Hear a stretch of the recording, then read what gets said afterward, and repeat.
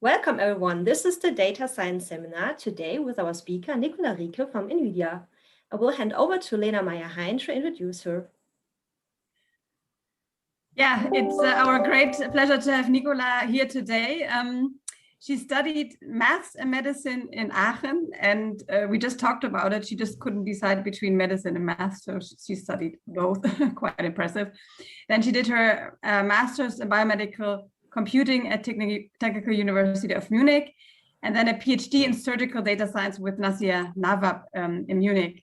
She's now a senior solution architect at NVIDIA for deep learning in healthcare, but kept the links with the research community, for example, by being very active in MICCAI and IPCAI. I first met Nicola, I think, at MICCAI 2015 when she won a Best Paper Award. It also was one of those last present on the dance floor at an Oktoberfest event. So that was a very good overall performance there. The stage is yours, Nicola. Thanks a lot for this nice introduction, Lena. It's a pleasure to be here. I would have preferred to visit you in Heidelberg, so I like to visit you there, but unfortunately these times we have to do everything digital. But the good point is that we also remote people can join. So happy to be here. Let me share my screen. So today we talk about a topic that gained quite a lot of traction in the last couple of years or months. So we're going to talk about federated learning. So federated learning in particular for healthcare. So it's a very general learning paradigm that was introduced several years ago, maybe 2015, when I met Lena, maybe before. So it was first introduced to a very different domain, but gained a lot of traction in the last couple of years for the healthcare domain for good reasons. So there is a lot to talk about, a lot to cover regarding this topic. I will focus today on the perspective paper that we published last year. So this is a perspective paper where several thought leaders of this field, not only from NVIDIA, but also, for example, Klaus Meyer-Hein from DKSZ, George Cardozo from King's College, Shadi Al-Bakuni, used to be at TU Munich, now is at Helmholtz. Bandit Landman, Ron Summers, for example, provided the clinical perspective of it, but also Andrew Trask. So it's really a combination of several thought leaders of this field coming together and discussing the potential of federated learning for this field. So the medical federated learning use case is inherently different from other domains. Let me quickly get rid of the Zoom part here, otherwise I can't see. So, so as I said, the medical federated learning use case is inherently different from other fields. We have way bigger models. We have less participants in terms of number of clients, for example. So one of the original domains that we have seen is smartphones. There you could expect millions of participants. In our field, it's highly unlikely that you find millions of hospitals that are willing to participate in this kind of collaboration. So this comes all with a couple of peculiarities in terms of technique and in terms of setup. And in this paper, we discussed the different points of view of that. So it focuses on the benefits and the impact for federated learning for medical applications and highlights some key considerations and challenges of implementing federated learning in the medical space. And as you see, so we published it, when was it? 14th of September 2020. Within 6 months around, we actually got a lot of interest in there. So 90,000 views. And I think right now we have 40 or 50 citations within 6 months. So there's a lot of interest in this field, and it's a very, very active field. It's impossible to cover everything in the talks. I really focus on this consensus view that we develop with several thought leaders of this field. So whatever I say, it's not necessarily only my opinion, but it's several really bright minds contributed to this. So let's start. You know, at the that you all know that AI really transformed the medical field enormously the last couple of years. So in particular, advances of machine learning in general and deep learning in particular really led to a disruptive innovation, not only in radiology in terms of CT, MRI, ultrasound, or X-ray, but also pathology, genomics, dermatology, or completely different data types like electronic health records. Across the field, this data crunching and gaining insights with the help of AI really innovated the field enormously, led to new applications that were not possible before, or accelerated the process, or improved the accuracy, for example. And this was really across the field of many medical domains. So there are thousands of research papers out there now that really leverage machine learning and deep learning for various different medical domains. So really tackling the most complex problems with enormous success, not only in terms of creating new architectures, but also combining steps that have previously been impossible by explicit programming, for example. So they really improve state-of-the-art performance. However, in research, we usually have a very controlled setting. We try to aim for huge data sets to really to simulate a real-world scenario, but usually what we encounter in the research environment is a very controlled setting. However, AI also managed to make the transition from being successful from this really research task in an experimental setup to achieving human level performance on large data and clinical settings, so really in the wild. So on this slide, you can see a couple of examples of clinical applications in terms of dermatology, endoscopy, I think is on there, histopathology, and ophthalmology. And what they all have in common is that they train and evaluate on extensive data sets. So for example, if you develop an AI-based cancer detection algorithm in a supervised way, for example, it requires a large annotated database that really encompasses the full spectrum of possible anatomies and pathologies. So really different manifestations of the demographic factors like genders and age. So if you consider the skin, this can vary very significantly from different regions. But this also includes technical circumstances such as the acquisition protocol. So an MRI is never the same, let's say like this, for example. So depending on the equipment manufacturer, it can also vary quite a lot. And if you just develop something in a very small data set, you don't necessarily have the guarantee that it will perform well on a different one. So we entered an era of data-driven medicine, which is great. We have a lot of more potential now and can discover new directions. However, we really rely on large and diverse data sets that really represent the problem that we want to solve. So currently, a lot of research is really driven by data lakes. So challenges like the Endovis challenge or the Chameleon challenge really foster the research in this direction.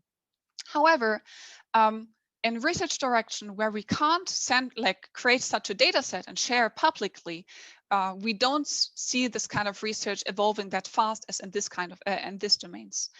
And centralizing or creating a data set that is publicly shareable is very difficult for the medical domain. So health data is highly sensitive, subject to regulations for a good reason, and can't easily be shared.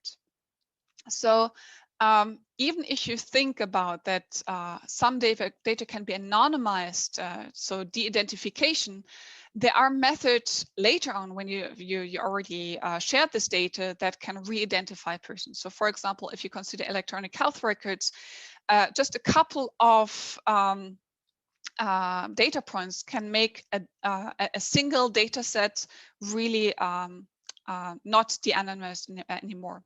The same is, for example, for brain images. So a brain image like an MRI can be as unique as your fingerprint. So even if your name is not on there, depending on the situation, their de-identification can happen at some point. So a large re-identification of patient can't be ruled out in general if you centralize the data set and make it available. So how can we enable a data-driven medicine that respects the highly sensitive nature of health data, but also allows to develop algorithms that are that avoid demographic bias, or how to develop new algorithms on rare diseases. So we really rely on data at this point if we want to develop algorithms that are data-driven. So we want to avoid biases in terms of demographics, technical imbalances, and all the components that could impact the prediction or the accuracy of a model. So there are great examples of really good efforts to create large data sets. So for example, the NHS, Scotland's National Safe Haven, the French Health Data Hub, the UK Biobank, the Cancer Imaging Archive, the Cancer Genome Atlas, several medical challenges for the research world, for example. So all these efforts are great, and they really foster the research and the insights for different domains, but it's not that easy. So as I said, there are regulatory and ethical challenges, but also technical ones. So in our domain, we can't necessarily centralize the data and create a data set that would be necessary to really create a model that is able to address the problem in a more general sense. So the promise of federated efforts in this context is the following.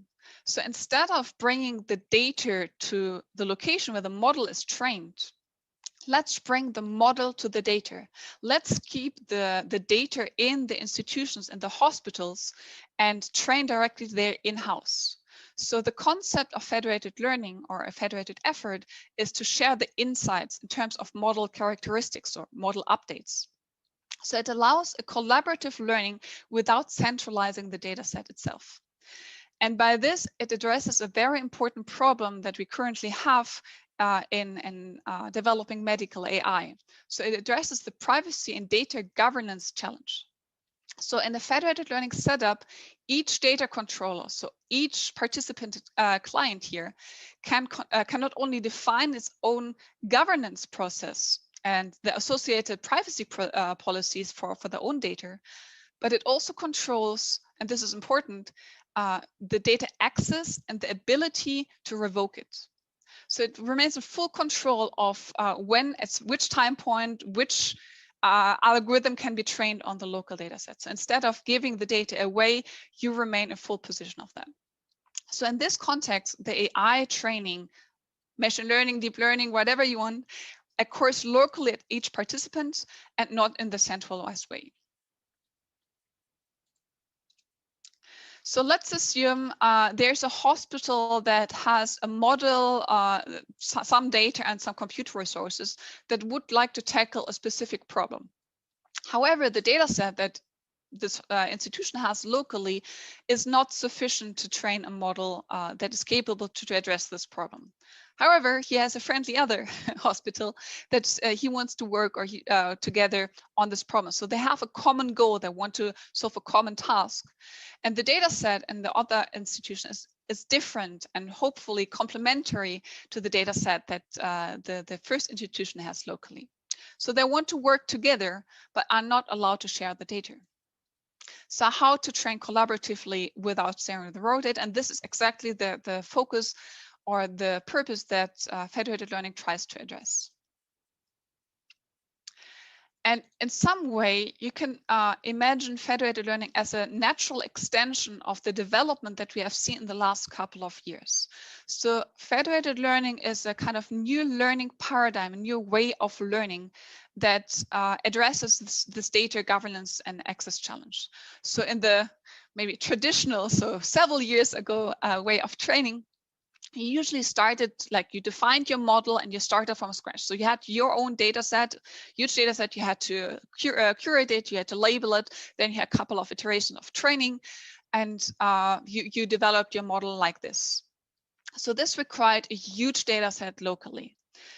In our field, so we don't have an ImageNet correspondence for the medical field. So we had to wait a little bit until the deep learning wave actually entered in our field. And this is mainly because we don't have this huge data set at hand to develop the models from scratch.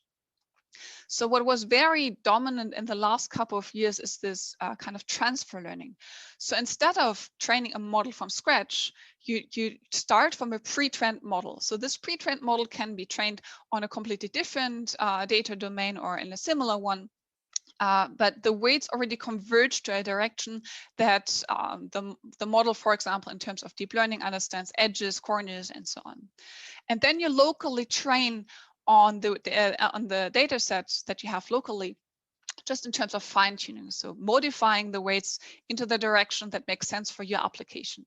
This had the major advantage that your local data that you needed was not as big as training from scratch. So you still have a local training, but you adapt to an external model. So federated learning goes one step further. It probably won't replace the cases where you do this traditional AI training and the transfer learning itself, but it addresses cases where you can't leverage a pre-trained model for your purposes. So federated learning is still local training, but this local training happens at several clients, at several institutions, and they all collaborate at the same time iteratively on a global model. So instead of just fine-tuning an external model on your local data set, you do a couple of iterations here, and then you share your model updates that is aggregated in a global model update. So important here is that the local steps that are necessary for AI training remain the same. You still need data, you still need all the pre-processing steps that you would usually do for AI training. However, the nice part is you collaborate on a global model and everybody gains from the insights from the others without talking to each other directly. So let's go through a federated learning round just as an example. So let's assume we have 3 hospitals, like a community hospital, a research medical center, and cancer treatment center. They all have private data. They all have the same goal to work towards, and they all have compute locally. So in a client-server architecture, for example, you could enable this federated learning, this communication via a federated server. So you start from a global model. You decide we want to work on a segmentation model, for example. You start with an initialization. The model is sent to the local clients. They do the compute locally on their data sets, achieve a local model that are very different. So I did not color code it here, but all the 3 models are slightly different because they incorporate the insights that were gained on the private data. And after a couple of iterations, so not until convergence, after a couple of iterations, this model insights or this model update or the model characteristics are shared with the federated server. The federated server collects it and combines it to a global model update. So as Lena said, I studied mathematics, so I tend to like formulas in the slides, but I learned that not everybody appreciates this. But still, just to give you an insight what this could look like. Aggregation in the end is just a weighted sum, can be, for example, just a weighted sum of the delta between the global model and the local model, or the gradients or the parameters, whatever you choose. And here, for example, it's weighted federated average. So it's normalized to the size of the local data sets. But in the end, the operation, the mathematical operation that takes place at the server side is not computationally very expensive. And in the next iteration, you send the updated model to the clients again. And they start again with the training and so on. So it's an iterative loop until the convergence is there. So federated learning implicitly offers a certain degree of privacy because the raw data is never exposed. So the federated learning participants never access data from the other institutions, and they only receive the model parameters that are aggregated, combined, for example, in the weighted sum over several participants. So in a federated learning workflow, there's something showing. I hope you can still hear me. In a federated learning workflow, the participants can even remain unknown to each other. However, there are a couple of things to consider. So there are techniques to interfere this training process. So for example, model inversion that you have in traditional AI training, so for deep learning models, this is of course also existent here. So it is in theory possible to do model inversion and gain some insights about the local data distribution. But luckily in federated learning, there are several techniques to counteract for that. So privacy preserving techniques. I will come to that in a second. So in the end, federated learning is a learning paradigm which enables multiple parties to collaborate on a model or part of the model without centralizing the data set. So it addresses not all the open questions of AI training, but addresses a very important one. So it addresses the privacy and governance challenges in this context. And by doing that, it could create new opportunities. So probably federated learning won't replace the applications that we already have tackled quite successfully, but it might create new opportunities. So for example, it could enable precision medicine at large scale. That was not possible before. It can naturally grow with the data set size because this iterative process, you can add new data on the way, for example. One important part is it can enable novel research for rare diseases where it's simply not possible to create a data set that you can centralize and make publicly available. So for rare diseases. And an important part is also the large-scale validation directly in the institutions. So this is partly also known as federated analysis, but in the moment where you have this kind of federation, during training, you also have this validation process, right?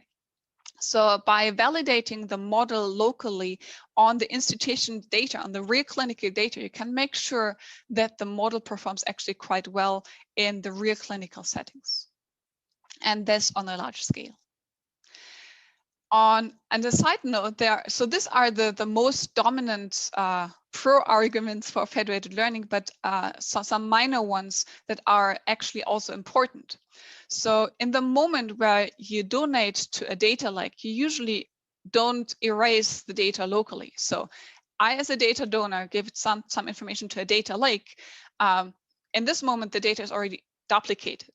So then you have a centralized data lake. In the moment where a researcher wants to work on it, usually it's downloaded locally with legal contracts and everything, but it's downloaded again. So you have tripled the size of the medical data. And in the moment where you reach, where you tackle areas where the data sets are immense, this is quite significant. And in a federated learning setup, you don't have this. So you don't duplicate the storage requirements every time you want to work on a different project there, or a different researcher want to work on that. And another feature, as I said, so federated learning gives some privacy guarantees by construction, but also enables to add additional privacy preserving mechanisms. So just to give you an example, because this is quite abstract, and there are a couple of rare diseases around the world that we were not able to tackle for the entire time. We are all aware of one disease that is not that rare anymore and has been quite significant in the last couple of months or for the last year now. So for example, for COVID, this is an example where federated learning can really make an impact. Luckily, a single hospital does not have the sufficient data to create a model, luckily, because this otherwise would mean that this single hospital has tens of thousands of patients with COVID. However, unfortunately, globally, we have definitely enough data points or a lot of COVID patients that have been hospitalized. So in this case, it's maybe not a rare disease anymore. It's we could all work together there to develop a model. And this is something that was done last year, so for several months, really bringing together 20 different sites across the world. So from US to Japan to Canada, Thailand, UK, I think was in there, Brazil, Korea. The hospitals did not speak, or the institutions did not directly speak to each other, but they all work together towards the same goal. So it's not a detection model for COVID, because this you can simply do with a test, but what they developed was, they call it exam model. So it's a model that predicts the oxygen need of a COVID patient. And the institutions did not talk directly to each other, but they worked collaboratively on the same AI model with the help of federated learning. But this is just one example where federated learning was addressed as a quite important challenge. In the literature, you can also find other really interesting use cases. So for example, you can use federated learning for electronic health records to identify clinically similar patients and predicting the hospitalization due to cardiac events, for example. For medical imaging, there were several publications in terms of whole brain segmentation or tumor segmentation in MRI. Or there are also publications in the direction of fMRI classification. So there's a lot of traction right now in terms of research, academic research. There are several consortia that really push the limits and really identify what is needed to make federated learning successful. So for example, the Trustworthy Federated Data Analysis Project at DKFZ. There are federated learning consortia that aim for clinical impact. So for example, the Health Chain Project in France. Or there are projects that focus on the industrial research and translation. So for example, the Melody project, where even competing pharma industries come together and with the help of federated learning, reduce the search space of a potential drug candidate, which is in the interest of everybody. So the impact of federated learning in the medical field can be quite significant. However, the successful implementation of federated learning represents a paradigm shift from centralized data lake with a significant impact of the various stakeholders in this environment. So for example, for clinicians, this could mean they can rely on AI-based algorithms as a second reader. So this is applicable or true for a lot of AI-based systems. However, AI-based systems that were developed based on a federated learning fashion are potentially less biased towards a potential towards a demographic group or to a bias. So there might be higher sensitive to rare cases, because they simply have seen a more complete picture of the data distribution. However, this would require from a clinician, so if he wants to participate in a federated learning effort, it's necessarily to comply with some federated learning agreements. So every clinician has this kind of own way to annotate data, to report data. And this reporting and this annotation or saving of the data needs to be quite standardized for a federated learning setup. So standardization in this context is important and might have an impact for the current reporting habits. So what about patients? So of course, they are the ones that they would benefit from accurate and unbiased AI.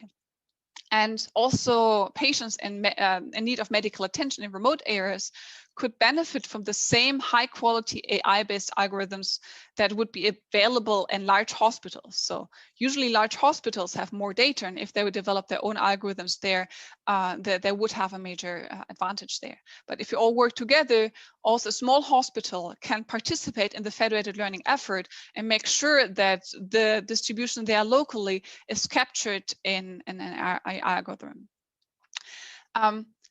Another important aspect for federated learning in patients is it might become easier to be a data donor, because you always have the possibility to revoke the data access at any point of time to your local data, because you never ever give your data away. And for researchers and AI developers, so I think this is the most important topic for DKFZ. it would be an immense impact there if you would make it available for researchers to develop on clinically relevant topics, even if the data set can't be published. If we can really leverage the real in-house, the real clinical setups and the data sets there and work on this. So we could have potentially a really vast collection of real world data that we could develop the new algorithms on. However, as a researcher, the development or the innovation in this kind of setup is very tricky, because usually in a federated learning setup, you don't share data, right? So you can't even look at the data. What are the differences there? So it's very difficult then in this setup to identify why why it failed for a particular case. So this makes it very difficult in terms of research. Hospital and practices remain in full control and possession of the patient data. So they have the traceability of how the data is accessed and which algorithms were trained on that. So instead of giving away the data and selling it, they could contribute the data for research or monetize it in a federated development. However, in this setup, hospitals need some local infrastructure to enable this federated setup. And also for manufacturers, it's very interesting, because they really can have a continuous improvement of their machine learning based system directly in-house in all the different demographics. So if you would like to formalize federated learning, we had a couple of discussions there for our positioning paper, because there's a small, narrow definition of federated learning and a broad definition, and we decided for the broad definition. So generally speaking, you could formalize it as follows. So you have a collaboration pool of K participants, hospitals, or whatever, and they want to work together on a model with several parameters. So the objective overall is to minimize a global loss, which is a weighted combination of local losses. And the important part is that the local loss is computed on private data XK. So the XK is never shared, only models updates are shared. And the combination of these updates can be very different. So many of the approaches that we see right now use a weighted average, but there are several research directions going on in this direction. So there are many flavors of federated learning, and you can think of many different combinations, but what they have in common are two characteristics. Is that the data sets are distributed and remain local, so they're not centralized, and you have a collaborative model, so you work towards the same goal. So either the entire model is developed collaboratively or part of the model. So in the down right corner, you see the current approach that's based on a centralized data lake. So they have several data donors that contribute the data to a data lake. And at some point, when a researcher wants to develop an algorithm or innovate on something based on this data is either shared with this researcher, or the researchers can access a certain infrastructure in this data lake. But the compute is very isolated, so the participants don't communicate with each other, and they usually don't collaborate. So in federated learning, the workflow is very, very different. And the most common one you see in the upper left corner. So this is the client-server approach, where you have an iterative process that exposes the traditional AI training. So it starts with, so in the center, you have the server, so the aggregation server, that takes care of the communication and distribution and managing of the federated learning setup. So in the first step, you have agreed on a model that you want to train on. You initialize the model, you send it to the local clients, they do the local calculation on the local data, they send the model updates to the server, the server aggregates the information and sends again the updated model. So this is a loop until convergence. And this is the most common one and known one. However, it's not the only one. So just to make you aware, there are also, for example, peer-to-peer approaches, which are independent of a centralized server. So in this scenario, for example, you still agree on a model or a project that you want to work on. You initialize the models. The initial model is distributed everywhere. Then the compute happens again locally, but instead of sending it to one central location, you just send it around everywhere. So you broadcast your model updates, and the aggregation happens locally. So this can either be, for example, synchronized. This can also be asynchronized, and it goes rather into the I think in English it's hive knowledge, so or Schwarmintelligenz in German. So both approaches are considered to be federated learning. It really depends on the way you set up your federated learning topology. And there are different architectures that you can think of. So the server client approach is rather this hubs and spokes direction. You have this peer-to-peer approach, but you can also think about hierarchical approaches. So let's assume, for example, this the left node is Germany, then you have a collaboration in Netherlands, then there's another one in UK, and this is all centralized again in a separate node. So the topology can be very diverse, and you can even mix it, so can have a hybrid hierarchical approach. The compute plan itself can be considered separately of that. And just to give you an example, so if we consider federated learning as data sets are distributed and we all work together towards a collaborative model, you could also take, so for example, the peer-to-peer approach and have a sequential compute plan. So starting from one node, then going to the other, then going to the other. And so it's a cyclic approach. So in this very general definition of federated learning, you could consider this as federated learning too. However, as I said, the most common one that we see out in the research papers and in the industry currently is the client-server approach, where you distribute the model at one certain time to several clients, and then you collect them all. So the distribution here is parallel. And just to give you an idea how this could look like, so this is for an example, not the federated learning algorithm, but just to give you an example how this could look like.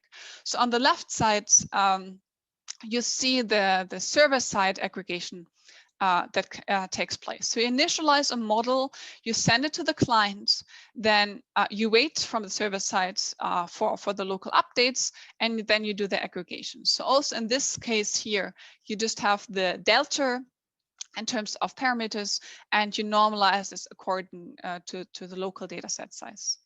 On the right side is what could be happening on the client side. So it seems to be a little bit complicated because in this scenario, they also included, investigated how to initialize the momentum and everything. But in the end, what happens on the client side is you have your local data D, you have your local learning rate, loss function and everything. You receive the model, you initialize everything, you run a couple of iterations of local training, not until convergence, just a couple of local iterations, and then you either send the raw information, the raw update to the server, or you can add some privacy preserving mechanisms here. So privacy preserving mechanisms could be, for example, adding noise, truncate the information, and so on. So this is from the algorithm perspective. However, if you really want to go to a real world implementation, you have to also think about other things. So if you take one step up and think about how this communication could happen, for example, for a client server, there are several more processes happening in the background if you really want to go to a real world scenario like the COVID example. So this is an example how you could enable the communication between clients. So for example, do you have a pool of clients? At a certain point, the client said, okay, I could contribute to a federated learning engagement right now. So I submit the intention to participate in a federated learning round. The server has the overview of all clients, sees that how many clients want to participate currently, evaluates the client if he is eligible or not, if he's authorized or not, gives him a token in case he is, or an error if he's not, sends the model and waits until the server receives a lot of updates. And for all the updates, he again has to evaluate if it's a valuable contribution or not. So there's a lot of, from the software architecture side, there's a lot of more happening than you would see in an algorithm side. So despite the advantages of federated learning, it does not solve all the issues that are inherent to learning on medical data. So a successful model training still depends on factors like data quality, bias, and standardization, like for all AI development. So these issues have to be solved both for federated and for non-federated learning efforts with appropriate measures. So careful study design, common protocols for data acquisition, structured reporting, sophisticated methods for discovering bias and hidden certification, for example. But federated learning gives some privacy guarantees by construction, as I said, as the data is never exposed and the model updates are usually aggregated. So, but federated learning is different from traditional training insofar that the training process exposed. So the training process itself is exposed to multiple parties. So you have this additional communication in between. So in this communication, it increases the risk of leverage, of leakage via reverse engineering. For example, if adversaries can observe model changes over time, or can observe specific model updates or manipulate the model. So they are different depending on your consortium where you work in. If it's trusted one or not trusted one, you might want to have different privacy preserving mechanisms. So for example, limiting the granularity of updates or adding noise or differential privacy. So the level of security that federated learning can offer is really exceeds today's current commercially available machine learning models. So the nice part about federated learning is, although this this training process is exposed, it allows you to add additional privacy measures. However, you have to think about every privacy measure comes at a different cost. So for example, if you map the information to a different mathematical space, like an homography, you can do this. This is quite safe, but it comes with a significant computational cost. So depending on the federation that you work in, depending on the level of trust that you have between each other, different privacy or countermeasures have to be considered. Another peculiarity for federated learning in the medical space is that our medical data is particularly diverse. So this is not only because of the variety of modalities and the dimensionality and characteristics, but also due to the specific protocols, like the acquisition differences, the brand of the medical device, or even the preferences of the clinical doctor in terms of contrast, for example. So federated learning may help to address certain sources of bias by potentially increasing the diversity of data sources that you can see for a training round. But the inhomogeneous data distribution poses a challenge for federated learning algorithms. So usually we assume an independently and identically distributed data distribution, so IID. And this you have usually in this huge consortiums where you have millions of participants for federated learning. In our case, we usually only have a couple of participants. So this poses a challenge. However, initial results from research shows that it's still doable if you have certain countermeasures. And also in this global real world COVID experiment, we did not encounter major issues there. And as per all safety critical applications, the reproducibility of a system is important for federated learning healthcare. So in contrast to centralized data, you run the training process on various different participants. And if you want to certify an AI algorithm and you really want to bring it to clinical practice, you have to show on which data it was trained on. So you have to keep track on which data was accessed where and how it was used. And unlike large-scale federated learning on edge devices, we are in the prime position in the medical field usually that we have better computational resources, and usually, so for example, with the phone, you can lose the connection. Usually a hospital does not walk away, so usually have a quite stable network connection, which is great because in the medical field, we have quite large models. So the models that you are trained on phones are usually quite small. our field, like if you really go to 3D convolution and so on, they can be very immense, and moving these models from one side to the other can be quite significant. So you need a significant compute locally, and you have to have a stable connection to them. So one core requirement for a successful federated learning implementation is a common federated learning protocol on the other side. This I forgot to mention for the data heterogeneity. So you have to agree beforehand on your common goal and also on your metrics, because a global solution might not be the optimal local solution. So you have to consider that when you set up your federated learning protocol. And we see a lot of traction. I'm just checking the time if I'm still here. I have to hurry up. So we see a lot of adoption in the research field and also in the industry. And it gained a lot of traction, especially for the healthcare domain. So last year at MICCAI, we had the first workshop on distributed and collaborative learning, which was quite successful. There are many research questions that can be tackled. So I encourage all people at DCAS that if you're interested in the domain, look at it and work on it. I would love to see more research in this direction. And there are several tools out there that were really good. One of them is, for example, Clara FL. I won't go more detail there, but just to mention, this was, for example, used in this COVID study. So for the medical domain, there are several applications that are particularly interesting. As I said, federated learning probably won't replace all AI developments that we have currently. And why? Because you add an additional complexity to the training algorithm. However, for certain domains, it really makes sense. So for medical imaging, you work with sensitive data. This data can't necessarily be centralized. Genomics is a field that you probably don't want to share the full sequence usually on the data set. Digital pathology is interesting because the data sets that you usually have there are immense.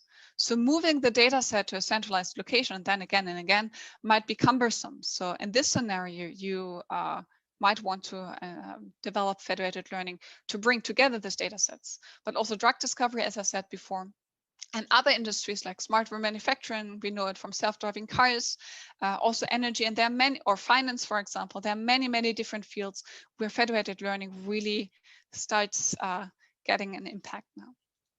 So some key takeaways. So federated learning is a new learning paradigm, super interesting, that enables collaborative and secure training. So several parties can work together. It's distributed and flexible. So participants can join, die in between or rejoin at any point of time. So it's not, you have a lot of flexibility in this sense. And it can enable innovative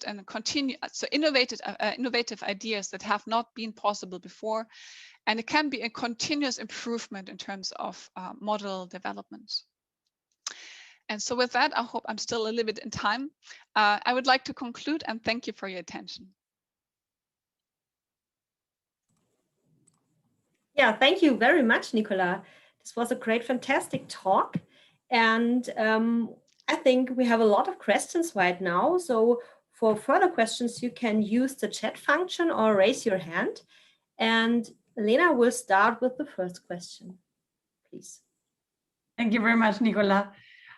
You mentioned the term unbiased AI, and I think currently, I think currently we see a lot of problems when merging data sets in general, not only in the federated learning context. So I think one prominent example is the Kaggle challenges, where they took, for COVID detection, where they took data from healthy infants and merged that with data from sick adults, basically, and then use this for training models. And then obviously there's a very high risk of the confounders biasing the whole result. So you actually don't learn the manifestation of the disease, but you learn to distinguish infants from adults, right? And I think, I mean, this is just a random example. I think we see this a lot now and it's overlooked. So I guess my question is, when we leave all the data with the sites and we don't have a lot of insights anymore, don't we have to look much more into how we manage the metadata and how we can make sure that we don't have a selection bias, that we don't have confounders in the data, etc.?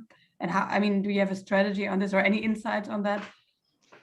Very good question. I think there is no global answer for that. It really is application dependent. So one of the core components for successful AI development is that you pose the question in the right way, as you said. And for this, you have to really create the data set in a way that it's a representation of the problem that you want to solve and how it would occur in a real clinical setup. So if you have a data set that's only with infants and then you have a data set that is completely different, and you can't guarantee that the model actually detects the things that you want to detect, then you have a problem. So federated learning can be a help in that, in terms of giving really a broader view on the overall distribution, making more data available. In some scenarios, you actually want to have a bias. So one of the good examples that we had in the discussion recently is, for example, for self-driving cars. So there is a component that is common for all the scenarios globally. So you want to detect a sign. Signs are everywhere in the world. So you drive and you detect a sign and you want to identify what it is. However, sometimes you want to have a local bias because our signs in Germany are very different from the signs in US, for example. So depending on the application, you actually want to have a local bias on that. Otherwise, it does not make sense. So I would say the problem of posing the problem correctly for federated learning is the same as for general AI development, and it's not solved by the federated learning paradigm itself. What federated learning solves is the data access governance. It does not solve the bias. It can be a help in that in terms of making more data available, but it does not solve all the issues. Now I talked a lot, sorry. Okay, then I will start with the first question from the chat. So it was a question to the beginning of your talk, and this was from Christian Nicholas. He asked, from the very front end perspective of this, how do we broker the benefit of this great joint effort to the local instances, specifically data warehousing initiatives, clinicians? That was the first question. And the second question, are there common standard strategies on how to deploy such models to different localities to compensate for diverse data models and structures?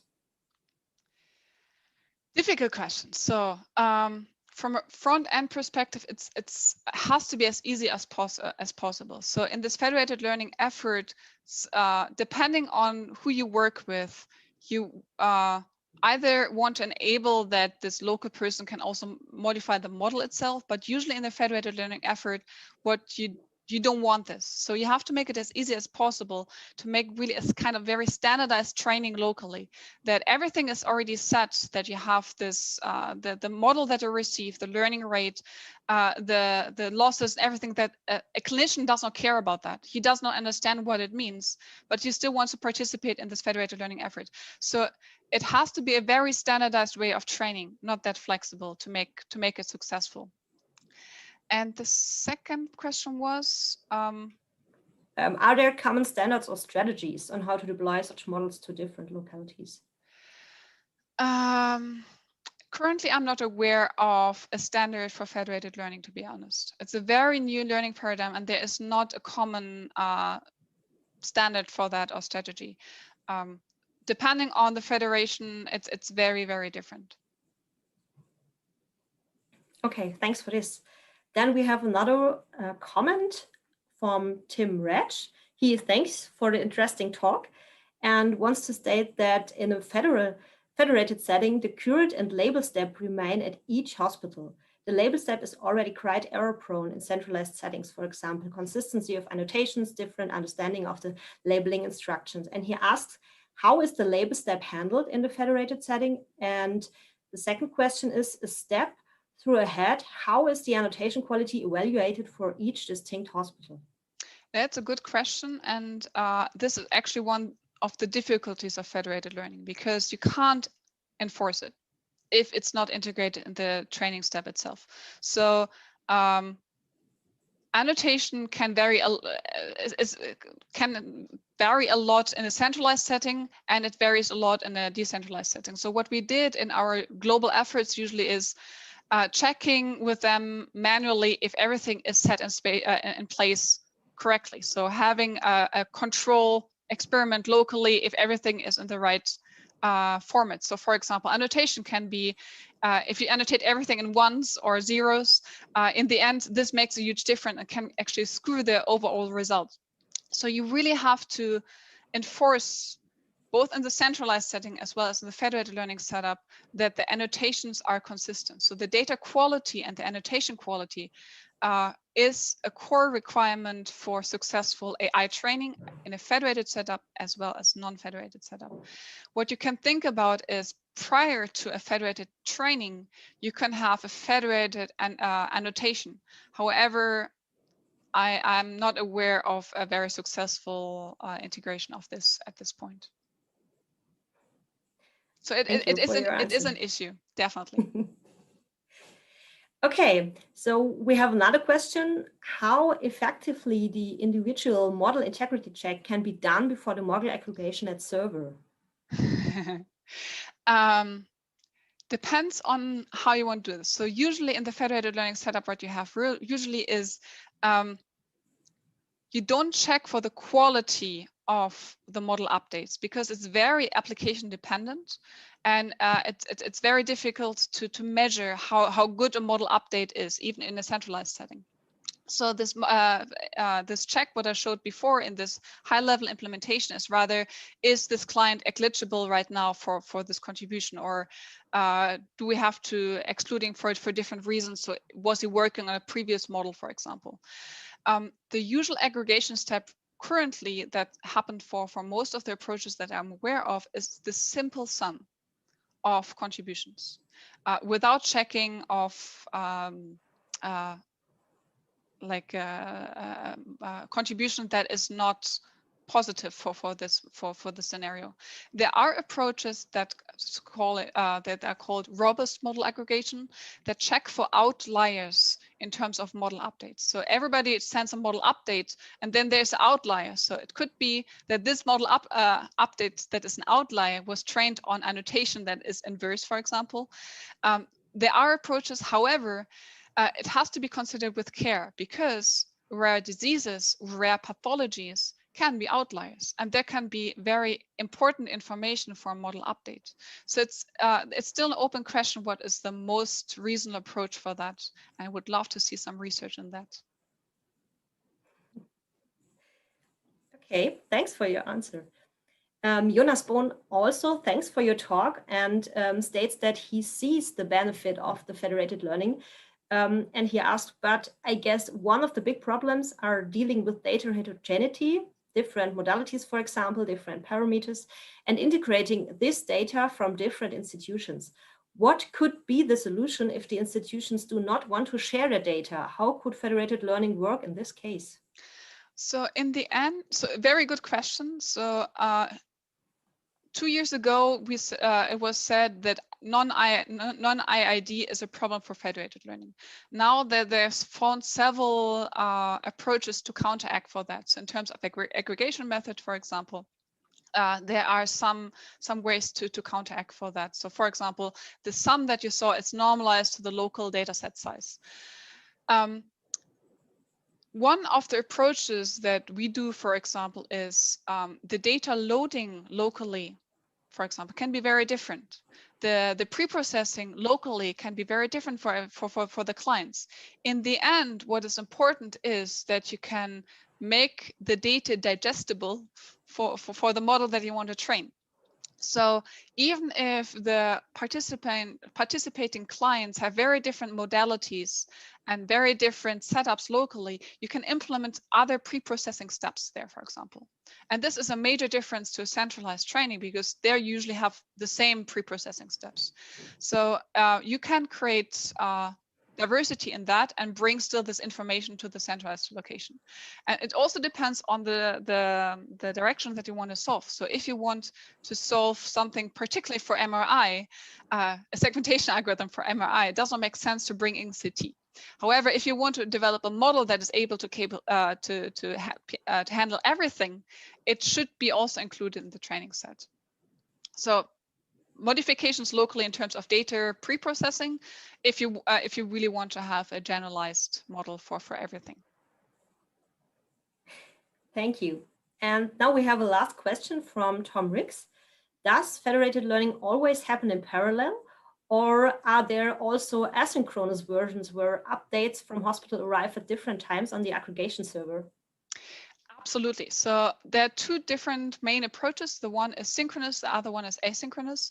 And in the real world scenario, you never really have synchronous approach, or you really slow down the process. So for example, in this global COVID study that we did, Korea was, or like Japan was not at the same time as UK, the model update, because the processing locally was in a different time. So different approaches that you can have there. So either you have really make it synchronous. So you say, let's have 100 clients everywhere, but we wait until we have at least 80 submissions. And then we do the aggregation and ignore the other 20, because for any reason, it can always be happening that you don't have the model updates directly in this time. Or you can really say, okay, we want to have all the contributions, we wait for all the submissions, but then it slows down.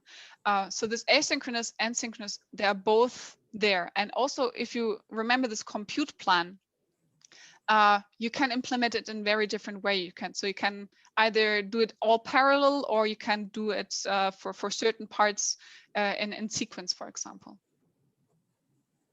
Okay, thank you. Then we have a question from Marco Nolden. Mm-hmm. You can ask directly if you want. Yeah, sure. I mean, it's sorry, very late, but so I mean, it's so the whole thing is so great, and but I've seen that. I mean, explaining this aspect of, okay, the models are aggregated and they are safe to share and stuff.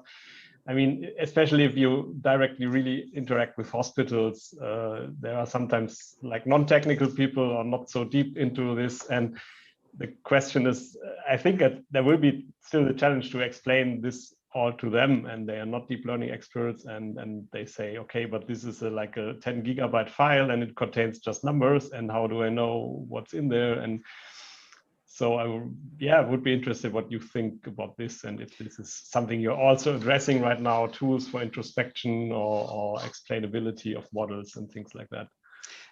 Definitely. So when we talk to clinicians, they don't understand what it means, a model update. So in this setup, we also work with institutions that don't necessarily develop deep learning themselves. So they don't even know what deep learning training means. What always helps is that saying that the data remains locally. So the data itself is never shared. So this is always a plus point. In the end, what is shared is statistical information. And usually clinicians can understand what statistical information means. So this is usually a language that they accept. And one other component is that we can always say, okay, I always explain the aggregation in terms of numbers. If you put numbers together, it's more difficult to identify the individual contributions. So 5 plus 5 is 10, but also 3 plus 3 plus, now mathematician, 4 is also 10. So especially in this client-server approach, where you don't know how many clients actually contributed to the model update, it's very difficult to identify the individual number. And the third part that is an argument for them is, okay, don't share the 3 and 5 with me. Share with me 2.8. Add noise, and then they're usually. So I sometimes go down on this. But the clinicians, so from my experience, it was not the clinicians who are having concerns. It's really like then the people who are in charge of, for example, I mean, you have to technically at some point ship the model, transfer it from the clinical system, and at this point you also interact with other people, and I mean, you can tell them you're doing this, like adding some differential privacy noise or whatever, but it's the question of, okay, but still you're downloading a 10 gigabyte file and you're sending it somewhere, and you're taking data from our clinical system in this big amount, and you're sending it somewhere, and I can't even have a look at it. So it's just an observation. And I mean, I know there's TFDA also where we are contributing and things like that. But I think for the practical appliance, this will definitely still be something that has to be solved at some point, because especially in Germany, I've heard this a lot of times, and it's definitely. And what challenge also has to be considered is you sometimes have to have an open port that allows sending and receiving, for example. Hospitals have to give compute resources for that, and hospitals don't always have computer resources at the site for that. So it has some implications, but without it, it's not possible. Yeah, sure. I mean, it's great. I love the approach. No doubt about that. It's just. But it's a very important point, and that's why we had this positioning paper, because there's a lot of hype about federated learning, and this positioning paper really tried to be to highlight the benefits as well as the challenges. And this what you mentioned is definitely a challenge for real implementation of federated learning. Yeah. So thanks for this, Nicola, and also for a lot of questions which were also posted in the chat. We don't have time at the moment to answer all the questions, but if you have more questions, please send them to me, to my email address, and I would forward them to Nicola. Yeah, we are at the end of the data science seminar today. Thank you for listening and watching. The video will be available on our website later on. And yeah, thank you very much, Nicola. Thank you, all of you, and we'll see us in 2 weeks. Goodbye, everyone. Thanks for having me. Bye-bye.